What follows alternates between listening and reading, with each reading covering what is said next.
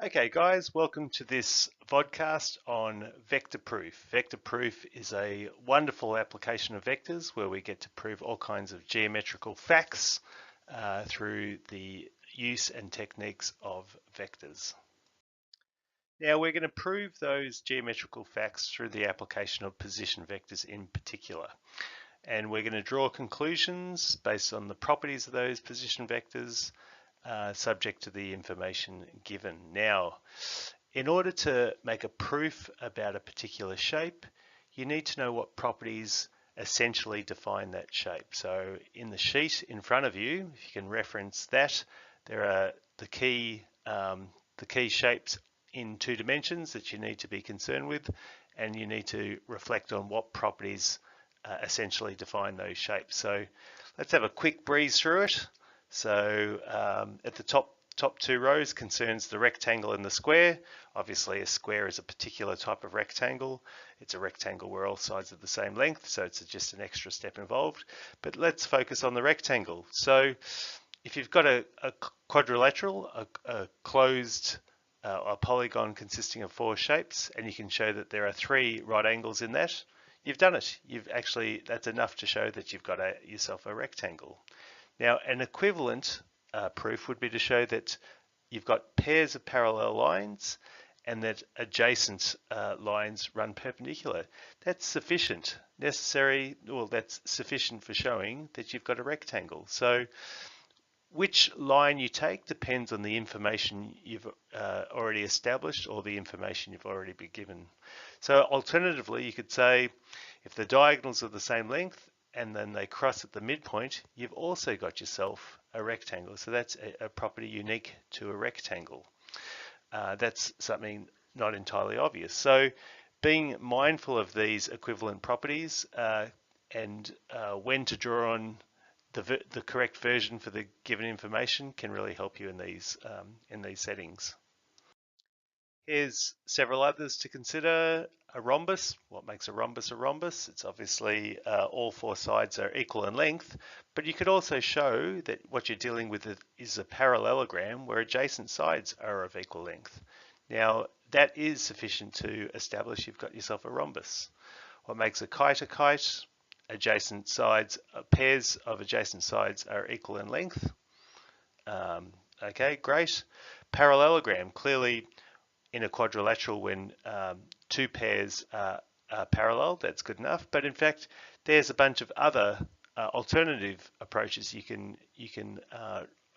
alternative properties, essential properties of a parallelogram that once they're established, you can conclude that you're dealing with a parallelogram, such as, in fact, if your diagonals bisect each other, that's good enough.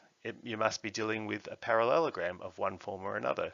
Could be a rectangle, could be a square, could be a rhombus. They're particular types shapes that fall within the larger superset of parallelograms, but be aware of those as being sufficient for proving the shape you're dealing with is indeed a parallelogram. Trapezium, as we know, a trapezium is a quadrilateral with a pair of parallel sides. But did you know, in fact, that if you've got a pair of adjacent angles within that trapezium and they sum to 180, then you're dealing with also a trapezium. And that makes sense because what you've got, let me perhaps grab my pen. So let me just grab the pen. So you've got this angle in here and this angle in here. So if you can say that those 2 angles sum to 180, then you can draw the conclusion that the co-interior angles are a reference to parallel side lengths. So as you know, when side lengths are parallel, co-interior angles sum to 180. But in fact, that's such a powerful connection that goes in both directions. If the angles sum to 180, you're dealing with parallel side lengths. So that's all you need to use to prove that you've got a trapezium. So just be aware of these facts and draw on whatever essential property of that shape is relevant to the given information. Okay, these are the last 3 we'll look at. Isosceles triangle, 2 angles the same, 2 side lengths the same. How about this as an alternative?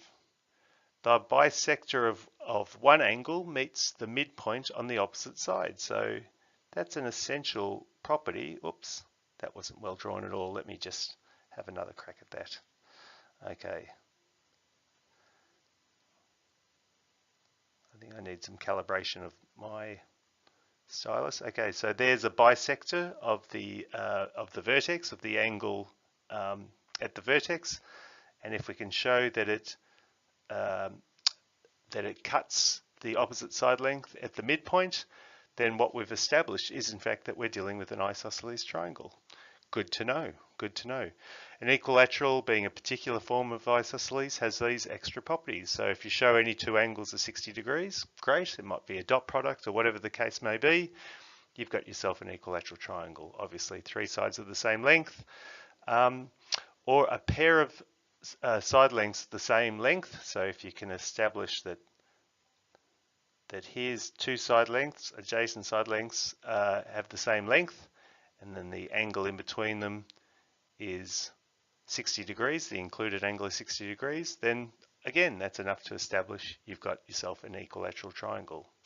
Now, a circle is not a polygon, unlike all the other ones, but it's a shape such that there will always lie a point internal to it, such that its distance from that point to any point on the shape is equidistant. So from that point, obviously the center of the circle, to any other point on the shape itself, it'll always be equidistant. So that's a key defining feature of a circle.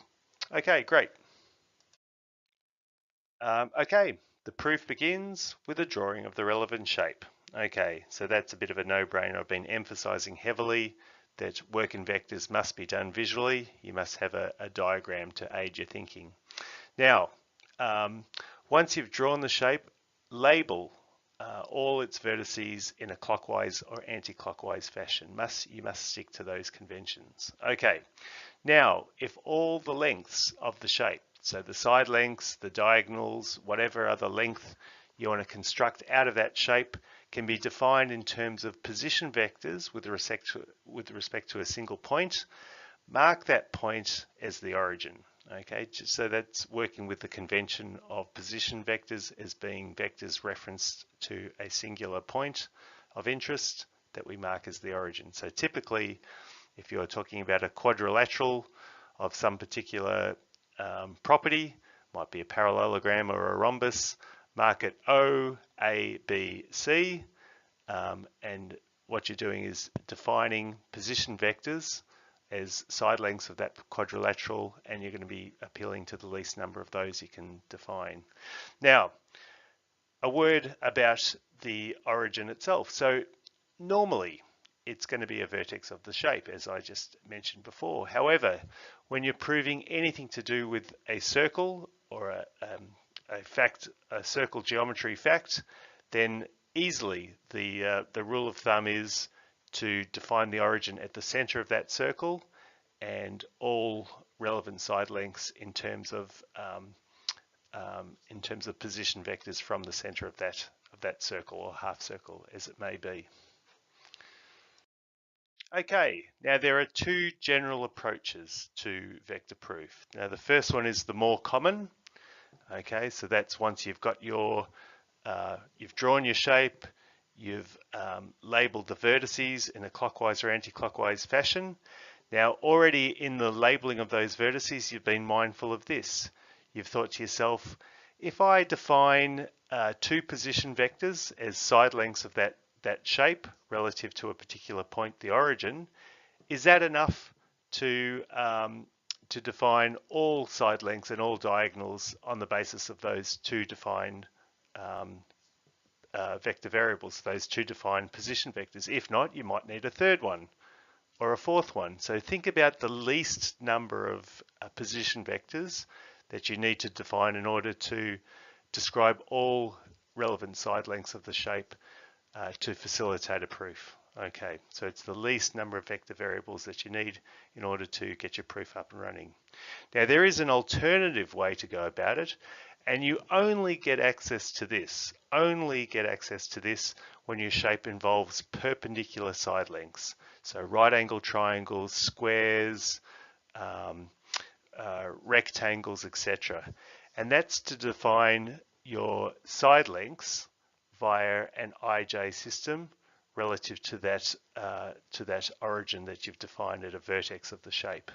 Or potentially, if you're dealing with a circle, it could be an origin defined at the very center of the circle. So there's another way to go about it that we'll discuss later. Okay, so remember, it's either vector variables or an IJ system, and only an IJ system if you're dealing with perpendicular side lengths. All right, here's one of those classic questions. Prove that the diagonals of a rhombus are perpendicular. Okay, what is a rhombus? You say to yourself, it's a four-sided quadrilateral. Well, it's a quadrilateral where all sides are of equal length. Okay, it's a particular form of a parallelogram. So with that in mind, you draw the picture and then you label the vertices, and then you also define position vectors as side lengths and the least number of position vectors in order to define all side lengths and all diagonals of the shape. So if you want to have a crack at this yourself, please pause the vodcast and do so, but I'll be continuing on with the explanation now. Okay, so here it is. So here's my rhombus. In fact, what I'd like to do is in fact also include the fact that all side lengths are equal. So just that little marker does that nicely for me. And then I say to myself, what's the least number of position vectors from the origin that I need to define in order to get this project up and running? Let me just get rid of that. Let's call OA A and OC C. And clearly, hang on, let me just get my pen back out. If OA is vector A and OC is vector C, then clearly CB is also A, and AB is also C. And because of that piece of knowledge, any side length or diagonal can be described in terms of those two simple position vectors. So let's keep going with the problem. Okay, so one diagonal can be described as OB, is OC to CB. CB is the same as OA, so it's C plus A, vector variable C plus A. The alternative diagonal, let me just remind you of what this picture looks like. Let's just draw a picture. Oops. All right. Oops, that's not very well drawn. There we go. So here's your O, A, B, C, and here are my defined diagonals. There's OB and there's AC. All right, good. So these are the ones that I need to show run perpendicular to each other. Now, what property do I need in order to establish that? That's right, the dot product being equal to 0. So we're going to keep going. All right, so I set up my my vector AC in terms of the defined position vectors, and OB, the dot product. It's all about the properties of the dot product. So it's a clear difference of two squares expansion. C dot C, A dot A is the same of magnitude of C squared, magnitude of A squared. But we are, after all, dealing with a rhombus. And what makes a rhombus a rhombus? All sides are of equal length. That means, of course, the magnitude of C and the magnitude of A are equal, and therefore the dot product is equal to 0, and we've done everything we need to establish that the diagonals run perpendicular to each other.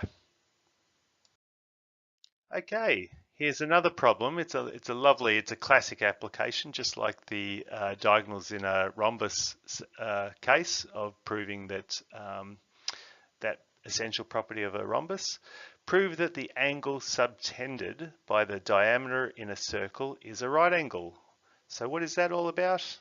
Subtended, I know that that's an angle, a term that confuses a lot of people. Here's our circle. Here's our diameter, which is, after all, just a chord that goes through the dead center of the circle. So here's a point on the circumference, call that point C. So the chords AC and AB, here's the angle subtended. So this is the angle subtended by the diameter AB on the circle. And what we're suggesting is, as we know from our circle theorems, that the angle ACB will indeed be a right angle. Okay, so that's a fact that you can recall from your circle theorems. Okay, we need to prove that by vector means. In other words, setting up the least number of vector variables relative to an origin. And I guess from my diagram, you get the hint that the origin should be at the center of the circle.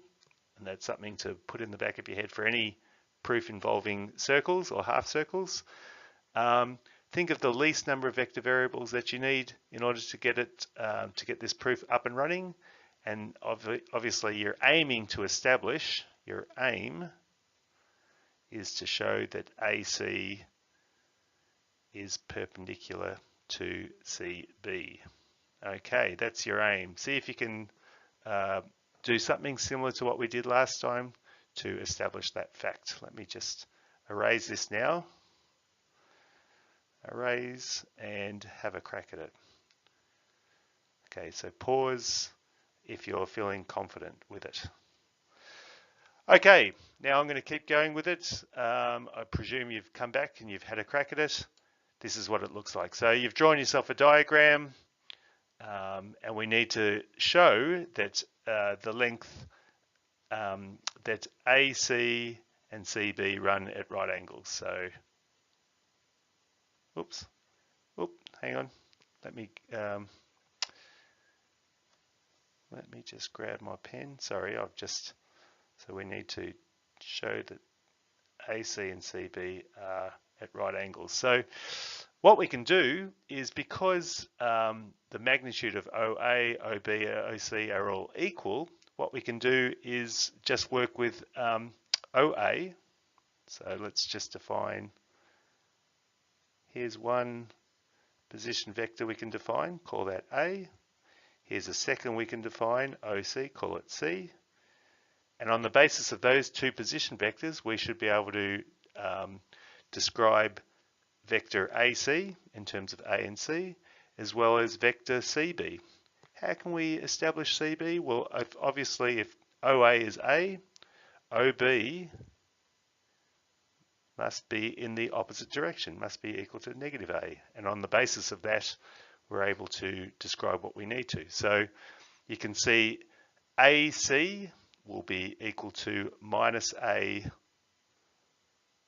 plus C.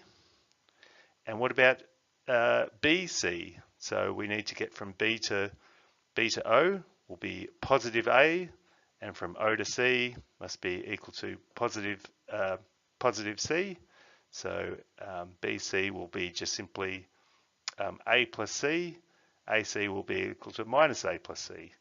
To show that those side lengths are indeed perpendicular would be to show that the dot product of those two vectors result in 0. And you can see it's the same logic as what we've seen before in the previous example.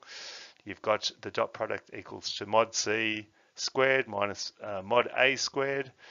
But as we know, the length of vector A must be equal to the length of vector C, because after all, they're radii in the circle, and so we can conclude that the dot product is equal to 0. Hence, AC runs perpendicular to BC, and we are done.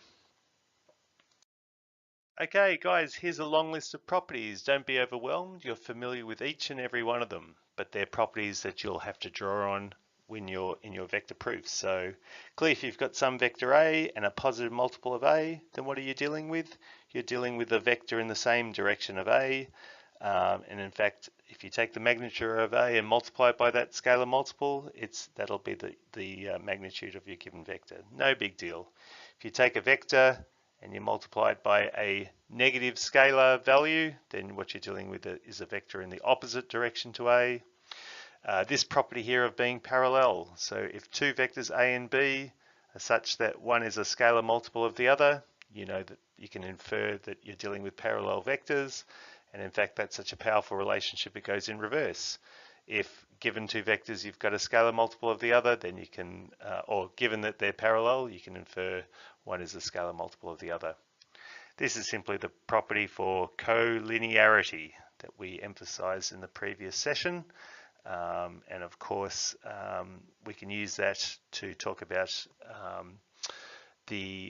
how the position vectors to A, B, and C relate to one another is a common way you progress with collinearity. So in that particular case, you might go, therefore BA is equal to negative K lots of BC, and then you can come up with, given a position vector for B and C, you can come up with a position vector for A quite nicely in means we've already discussed. Okay, of course, we've already seen this used twice. That when the dot product is equal to 0, you're dealing with perpendicular vectors. But this is one we'll see in a moment, and that is the key property. Whenever what you're trying to prove involves length, and you've set up your problem in terms of position vectors, this is what you can expect to use each and every time. Okay, and that's the way to transition from vector variables to length, is via that property. The dot product of a vector with itself is equal to its magnitude squared. We'll see an example of that momentarily. Okay, so don't forget that one. All right, let me just click away. All right, and in fact, there's some other more minor properties that are implied in all of this, and we know it's just the mathematics of dealing with with vector variables and the dot product. Okay, guys, have a look at this problem. Strictly speaking, it's not really in the camp of vector proof and geometric proof via vectors, but it does bring into play an important property that does get used fairly routinely in geometric proof using vectors. All right, let's have a look at it. So points A, B, and C have those position vectors respect to an origin O. We're told the position vectors P and Q are non-parallel, non-zero vectors. There's that expression again. So straight away, your spidey senses should be up and you should be thinking about what property? That's right, the uniqueness property. This question should all be about using the uniqueness property to do what? To find the value of M. So you can see here's OA. Let's just mark that as OA. Here's OB. Here's OC. So we should be able to find the multiple of the position vector Q that makes up the position vector OC by expressing OC as some other multiple of OA and OB. So we're going to bring in our knowledge of collinearity to express OC in an alternative way. And once we do, we can equate the P components of that alternative expression. Okay, let me just highlight that. We're going to equate the P components of our alternative expression of OC and come up with what that scalar multiple is involving A and B, and then use that when we equate the Q components to work out what M is. All right, so let's progress.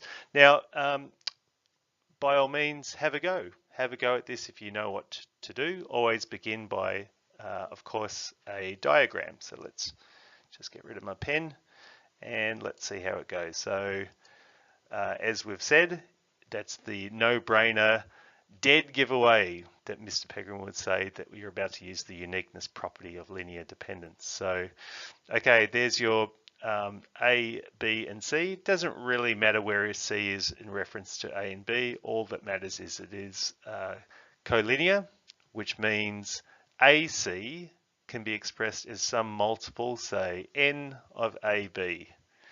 Okay, and that's what's occurring there. So here's an alternative way to get to OC. You can get to OC via A, in other words. So going via A and expressing AC as a multiple of AB, a multiple n of AB, we get an expression equivalent to 6p plus m lots of q. So let's just keep going. All right. So 6p, so once we've got our 1 minus n lots of OA and our n lots of OB, we combine them, collect our like terms. What we can do now is equate parts. So 6 must be the same as 1 plus 2n. So by equating those two components, you get a value for n, and then since m is the same as 1 minus 3n, we sub that into that expression and we determine what m is. I believe it turns out to be minus 13 on 2, so just confirm that for yourselves. Okay, the reason why I sidestepped a little bit from geometric proof with that question is it just reintroduces to the uniqueness property. And here's a statement that I'll make that hopefully will stick in your brains. In any situation, any geometric situation where you've got intersecting lines and you're asked to determine the ratio in which those lines are broken into or divided into their two parts. So there it is. So you've got line AC in the diagram above and line BD. They intersect at point M. So what would be the ratio of BM to MD or AM to MC or anything of that nature? Or it could be even AC to AM. If you know the multiple, so you can see, let's just focus on AM. So AM, let me just grab the pen again. Here's AM.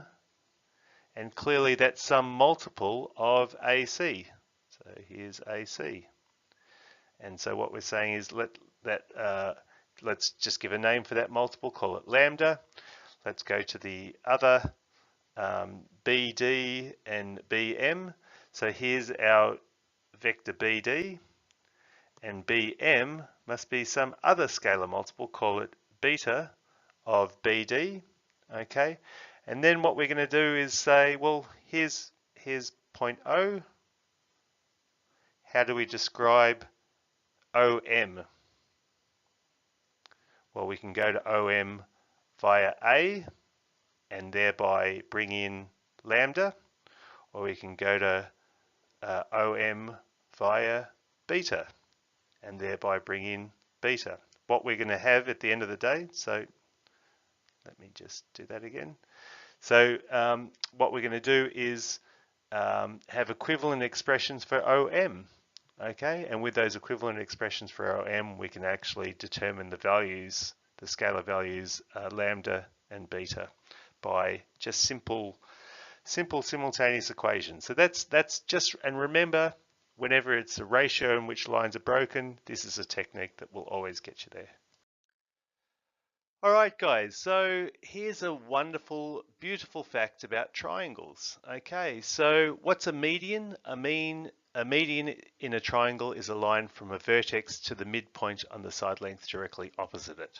Now, it so happens any triangle, no matter whether it's equilateral, isosceles, or scalene, doesn't matter what sort of triangle you're working with, it'll always be the case that your three medians will be concurrent. What does that mean? It means it intersects at a single point, and we give that single point, in fact, a special name in maths. It's known as the centroid of the triangle. Not only that, but each median will be broken into a ratio of 2 to 1. All right, so here's the centroid here, and what the claim is that each median will be broken into a ratio of 2 to 1. So following XB, it means that XC is C is a point of trisection along XC, where C is closer to is a point of trisection closer to X than it is to B. If we have a look at the median AZ, you can see C is also a point of trisection, but it's the point of trisection closer to Z than A. Okay, so that's what we're dealing with. We need to prove that. We need to prove that medians are divided into a ratio of 2 to 1 by the centroid. Okay, all right, so if you feel confident in applying the uniqueness property, again, it's about ratio and finding out the ratio in which a line is divided upon intersection. Always think of the uniqueness property. So if you feel confident you can do that, have a crack on your own. Otherwise, listen through the explanation of how you'd go about doing this. Okay, let me just replace my pen.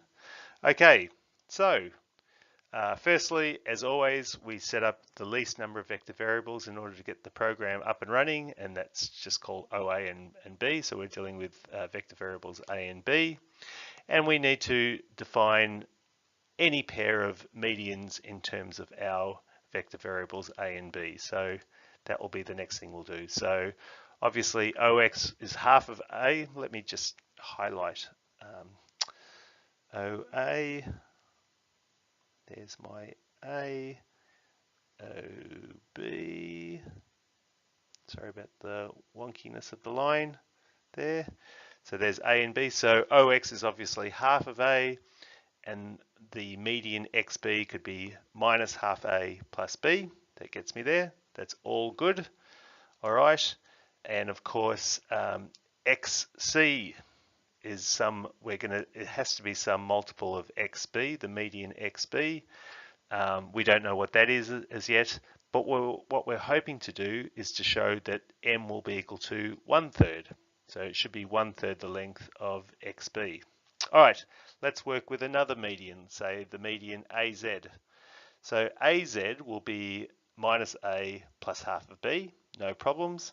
Now AC must be also some multiple of AZ, and we're hoping to show that N will be equal to 2/3, as we can see from this particular diagram. Okay, good. If we can show that M is 1/3 and N is 2/3, we have proven what we needed to prove, and that each median will be divided into the ratio of 2 to 1. Okay, good. So we've got our two separate, let's just focus on what we're doing here. Here's our two different scalar multiples, and we need to be able to express one vector in terms of M and one vector in terms of N. And you can see what a neat little way we can go about it is to start to focus on vector OC. Here's vector OC. So we can arrive at OC via A, we can arrive at OC via Z, and we can get two equivalent expressions of OC in terms of M and N, and start to use our uniqueness property to get a solution. Okay, let's see how it works. Okay, so OC via A would be OA plus AC. Okay, so I've just broken it down, or you can go straight into the final line that you can see there. But there it is. So it's 1 minus n lots of A plus n on 2 lots of B. Okay, now we're going to go to OC via X, in fact, via X. So OX plus XC. So OX is half A, XC is M lots of XB.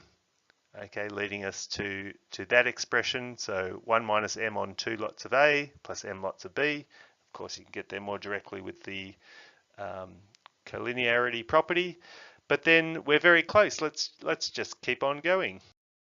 Okay. Oh, you can see our answers revealed there before us, but let's see how they're achieved. So we've got our two equivalent expressions for OC, and then we just, because A and B are zero non-parallel vectors, we can equate parts. Here's your equating your scalar multiples of A. Here we're going to equate our scalar multiples of B. Well, that should be an N there. Let's just correct that. and we set up simultaneous equations, very simple ones to solve. Okay, so let's just click on through, equating the A's, equating the B's, and then it's simple mathematics involved. N is equivalent to 2m, which we can replace in the first equation. Solving for m gives us m equals 1/3, and if n is 2 lots of m, n must be 2/3, and that's what we're intending to solve.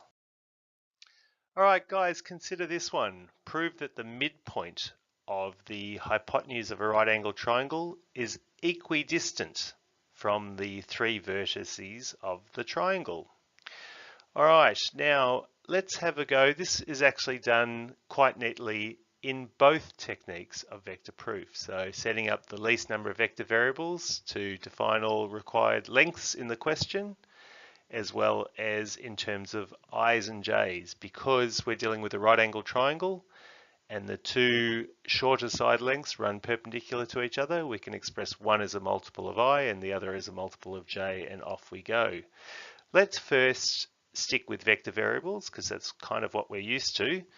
And let's see how we go with, if you are going to prove anything to do with length using vector variables, there's one particular property that you must appeal to in your proof, and it's really not valid unless you do.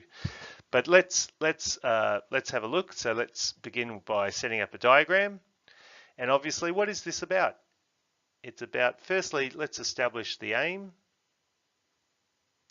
Our aim is to show that the length of AM is the length, of MB, which is true trivially, isn't it? If M is the midpoint of AB, then that must always be true.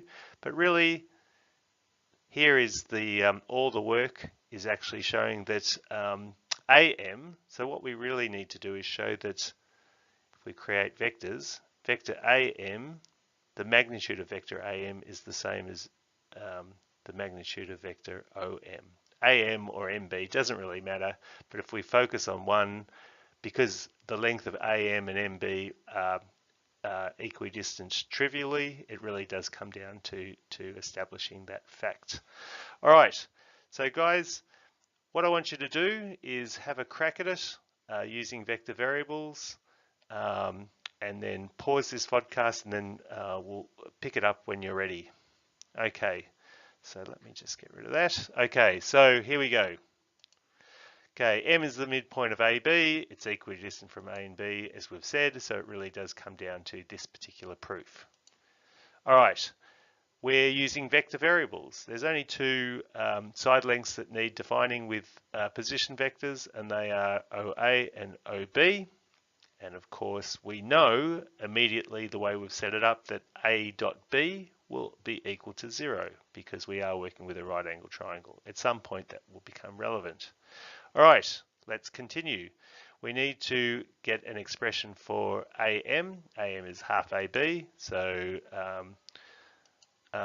well, okay, and there's OM by the collinearity property immediately, but let me just jump into just that half of AB is of course half of B minus A, so it's equal to half B minus half A. Okay, so that's what AM is going to be, and there's OM.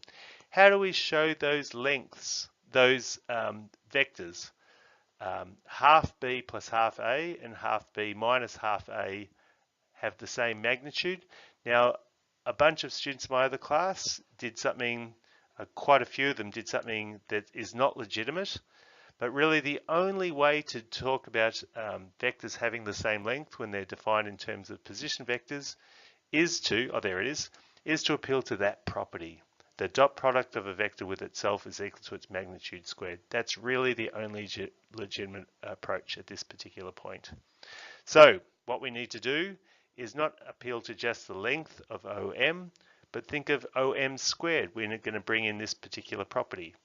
So OM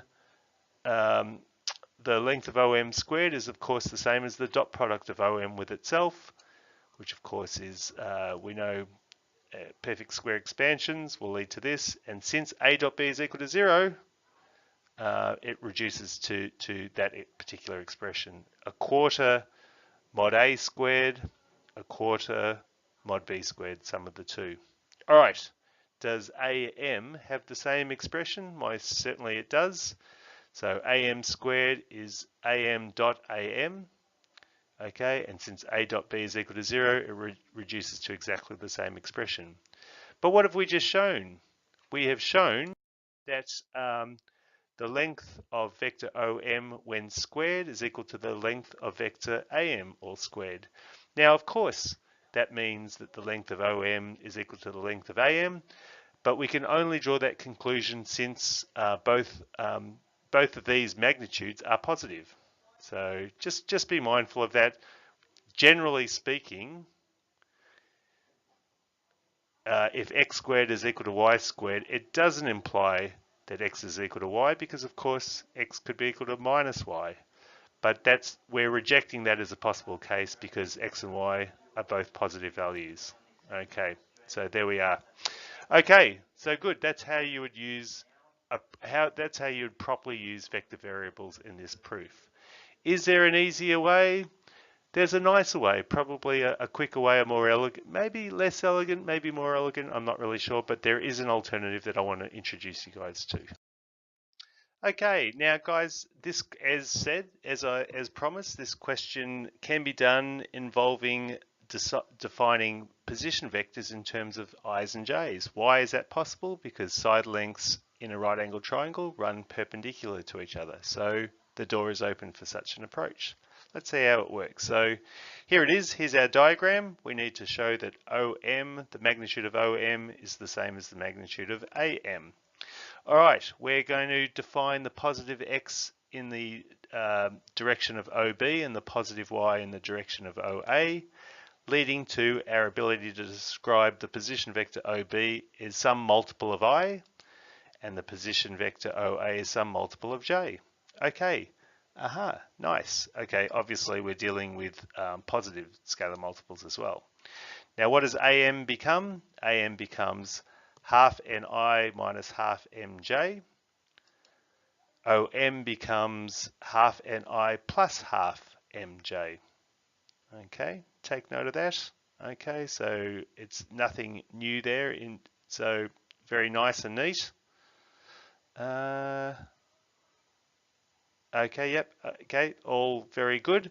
All right, now it's quite a direct proof to show that the magnitude of AM is equal to the magnitude of OM. We don't need to go via the dot product property that a dot product of a vector with itself is its magnitude squared, because obviously AM will be, we can just square the multiples of i's and j's in each, and sum them together, take the square root, and you get exactly the same expression for AM as you do for OM, and done. So it's a quite nice, neat little approach. Just remember, this is only valid if you're dealing with side lengths that run perpendicular to each other. And there's a suggestion that you actually have a go at this technique on question 3. Prove that the midpoints of the sides of a square, when joined together, another square is formed. So in other words, show that, well, let's just maybe draw a little picture of that, if I may. So here's one square. Oh, dreadful looking side length. So if you can find the midpoints of each and create a square out of it, we'll create a quadrilateral out of it, showing that that's X, Y, Z, W, that X, Y, Z, W indeed also forms a square. So go back to what makes a square discussion at the start of this session, and you'll get there. So try doing that by defining, let's just say O, A, B, C. Just say OA is some multiple of J. OB is the same multiple because it is a square of I, and off you go. And you should actually arrive at a very neat and easy way to prove that particular geometric fact. Okay, note well, when proving facts concerning shapes with perpendicular side lengths, it may be convenient to set up the problem in terms of position vectors oriented with an IJK system. So typically not three-dimensional, but potentially three-dimensional. If so, involve the K axis or the Z axis as well. Okay, so be on the lookout for this in this next exercise. If those conditions are in place, you're dealing with perpendicular side lengths. Okay, let's move to, this is I think one of the last questions in the exercise. I'm just going to let you sit with this for a little bit. But in fact, with the right setup of position vectors, this question is really not so difficult to prove. Okay, even though it comes at the end of a long list of questions, it's actually not that difficult to prove. So you've got a circle and it's inscribed in a square, and P is any point on the circle. So you need to prove those particular facts. So guys, if you want to pause and have a think, that would be great. Otherwise, I'll start to drop some hints and then go through the solution. So maybe have a pause and have a think of how you could set up, use your IJs, certainly. If there's one hint, so set up a position vector in terms of I's and J's. And there's a little bit of a trick in defining that arbitrary point P on the circle. Okay. All right. Well, I imagine you're back now. You've actually had a crack yourself, and you might feel free to pause it at any point once you think you know what to do. But the key is, as we said with circles, most likely you can define it, the easiest ways to define your position vectors via the origin being at the center of the circle. All right. But what we're going to do here is think of our XY axis, where I is aligned with positive X and J is aligned with positive Y, is running through the center of the circle. Okay, now it's a circle of radius R, which means I can talk about position vectors to any point, any vertex of the square. So you can see, let's go through it. OA will consist therefore of, so we're in the negative I direction, so negative RI, and the positive Y direction plus RJ, and you can see OB will be negative RI minus RJ, and so on and so forth. OC, so positive I, negative J, and OD will be positive I and J. Okay, that's great. Let me just... Okay, good. All right, now what about this idea of a point P being out there? So, you know what, I'll just put it in the positive quadrant for now so we can just think about it. How would I mark point P arbitrarily in terms of, so you can see point P as it goes around the circle. We need to describe it neatly in terms of our axes X and Y and positive I and positive J. How might that be done? Now, here of course it's of length R, but if you think of theta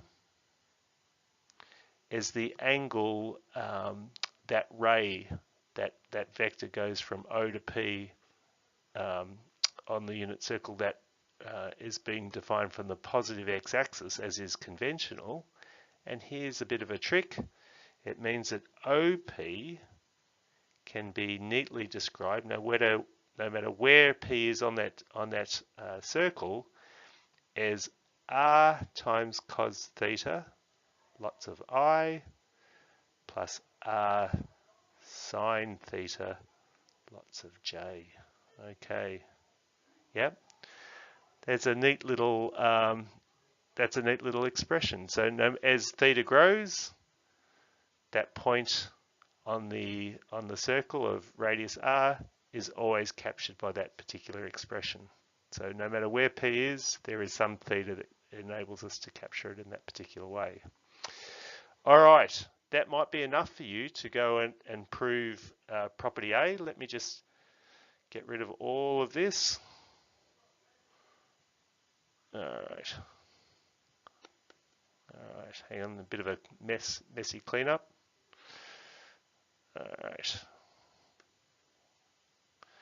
All right, there we go.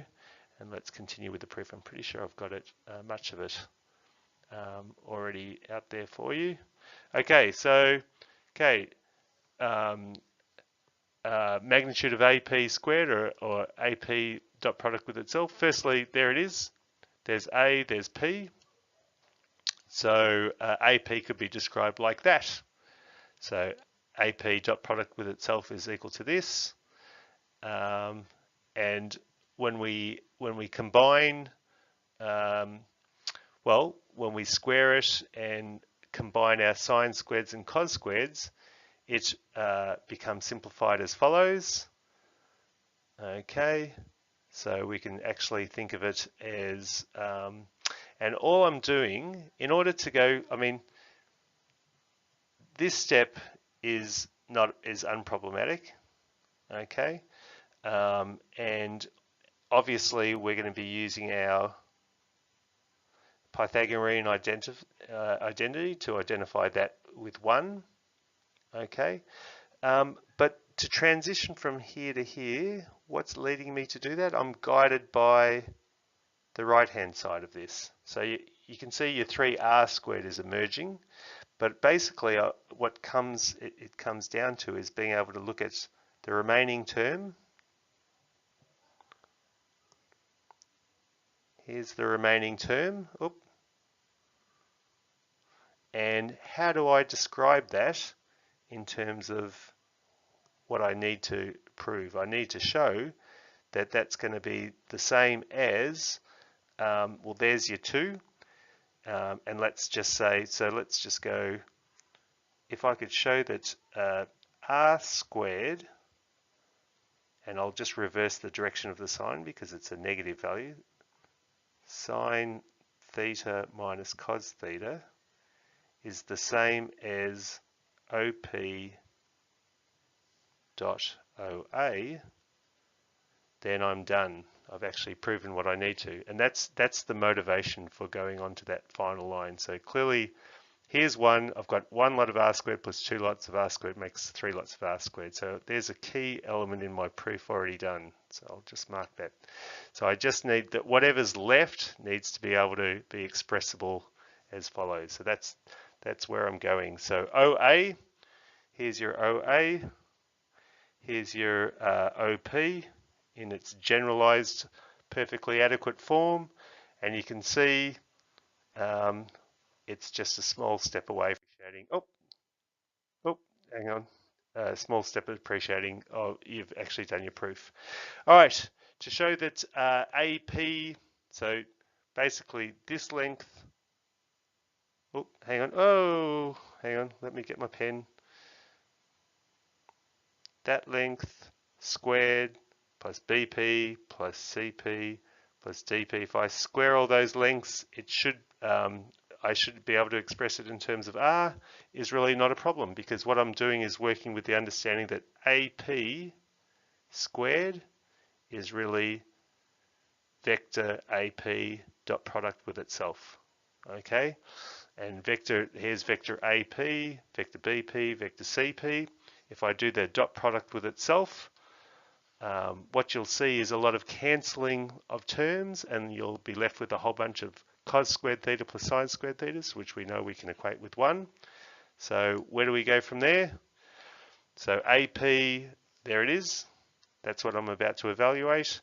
So when I square each of those, you'll find that there's a whole bunch of terms that will kill each other off, and a bunch of terms that you can combine your sine squareds and cos squareds, and you can see there 2 lots of cos squared theta plus 2 lots of sine squared theta is equal to 2.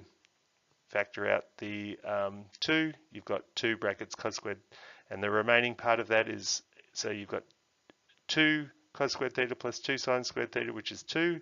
2 plus 2 plus 2 is equal to 6, and 6 lots of 2r squared equals to 12r squared, and that gives you your final answer. It's actually quite neatly done once you set up your problem with your xy axis through the middle of the circle. And I guess the trick was appreciating that arbitrary point P on the circle is very neatly and perfectly adequately described in terms of r cos theta I plus r sine theta j, with theta being some angle of rotation from the positive x-axis. So very neat little problem, and very beautifully proven with your position vectors defined in such a economical way. All right, enjoy your journey through vector proof. Just remember that the questions in the textbook far exceed the level of difficulty that you'll get on an exam or a SAC, but it's the more you can understand and work through and struggle through those, the better off you'll be. Okay, adios from me, and see you soon. Bye. Enjoy. See you later.